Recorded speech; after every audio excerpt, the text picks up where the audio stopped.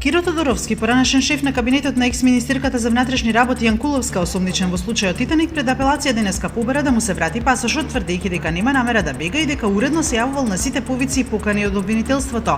Обвинителот Бубевски рече дека мерките мора да останат затоа што на Тодоровски на товар му се ставаат две тешки кривични дела и дека човек со вакви обвиненија не би требало да врши меѓународни работи во име на државата.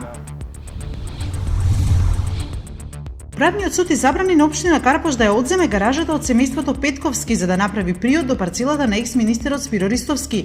Петковски поднесоа тужба откако по 6 години одлучување општина Карпош реши да им го одбие барањето за легализација на гаражата, а истиот ден поведе постапка за експроприација на имотот.